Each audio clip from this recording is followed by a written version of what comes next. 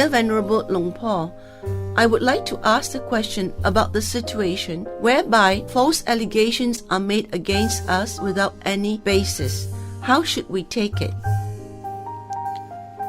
First, we need to understand the meaning of false allegation.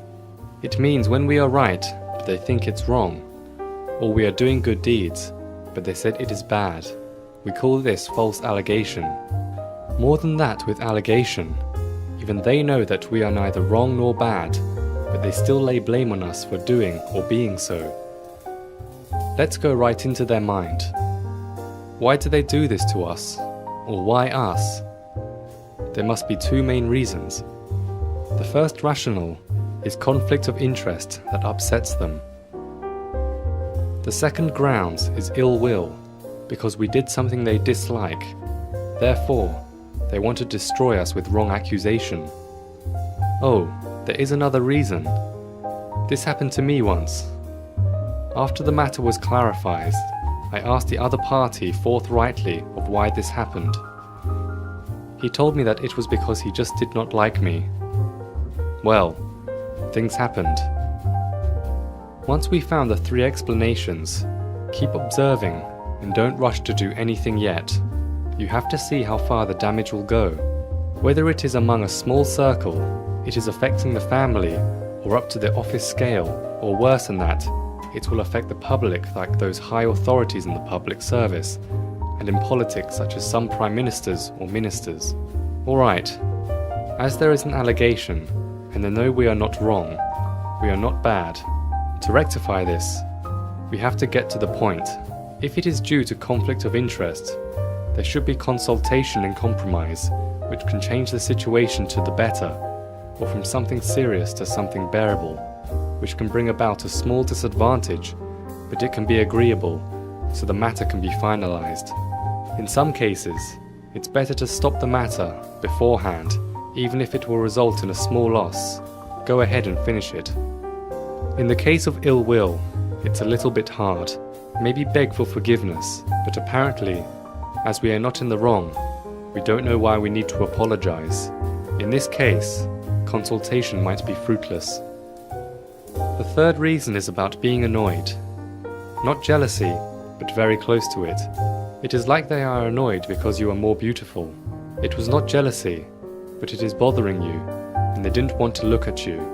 So why not dump all the rubbish on you?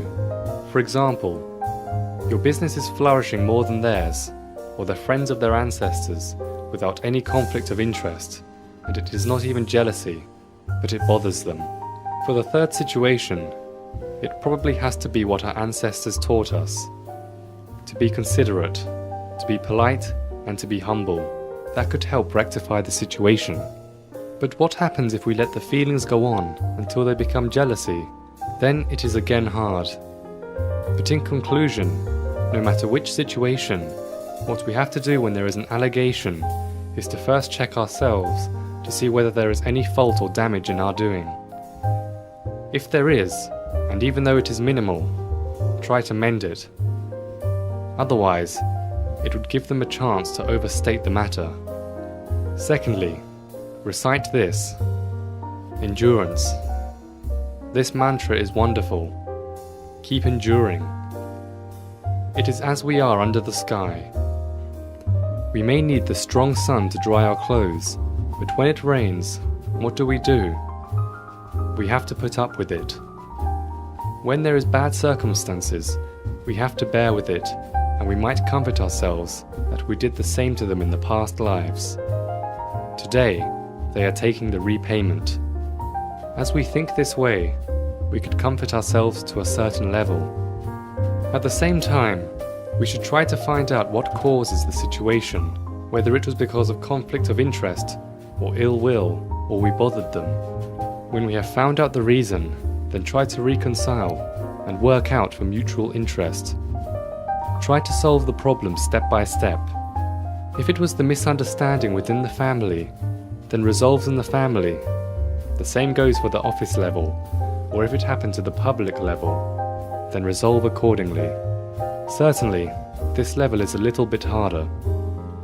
What we need to consider are: not to use violence. it will become increasingly complicated. Don't flee, because if you fled and were downhearted, it meant you lost the case. It is as if you accepted that you were bad as they said. Beware. What's more, diligently do good deeds and tolerate. What is doing a good deed? It is to fulfill our duties within rules and regulations so as not to give them the opportunity to attack us. Don't take anything lightly. Be meticulous. It is like a boxer on guard. False allegation is just a jab. It can't knock you down. Apart from being thorough in our job, in addition, you need to accrue a lot of merit for the mass, or the public, or anyone involved, so that they can testify that you are a really good person. This time you need to show to the world that you are good, and it is necessary. Then radiate love and kindness to people. Don't breed ill will. In the case that they accuse you, it is like they are trying to tie a knot, and that they will hold one end, and you do with the other end. The more they get angry, the more ill will they have, and consequently accuse you. It is as if they pull the cord very hard. But if you spread loving and kindness, and you don't want to use violence, it is like doing a tug of war, and you release the cord first. What would happen? The person who pulls the string would only fall backward. You can smile. Like this, the chance to win peacefully is possible. But even though you try to rectify the situation, spread love and kindness, and tolerate, and do all sorts of good deeds, but still you don't win the case, my child, think that it was karma from past lives that you did to them. This time, you have to bear with it and let it happen. No matter how, don't blame yourself, because you didn't do anything wrong in this life. If you are to die, your mind is still bright. It is that much you could do.